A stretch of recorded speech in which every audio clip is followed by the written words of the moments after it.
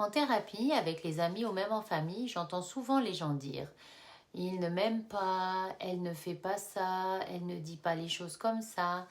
Et je suis étonnée de voir que si peu de gens connaissent les différents langages de l'amour. Car on pense souvent à tort qu'on aime de la même façon.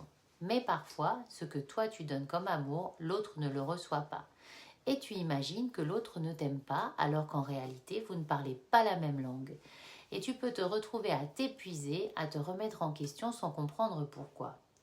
Il existe quelque chose qu'on appelle les 5 langages de l'amour. C'est un concept développé par Gary Chapman où il explique que chacun a sa manière préférée de donner et de recevoir l'amour.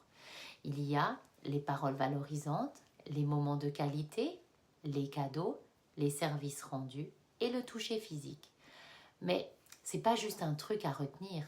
Ton langage de l'amour, celui de ton partenaire, sont profondément liés à votre propre histoire, à votre éducation, à ce que vous avez appris à considérer comme normal, souvent depuis l'enfance.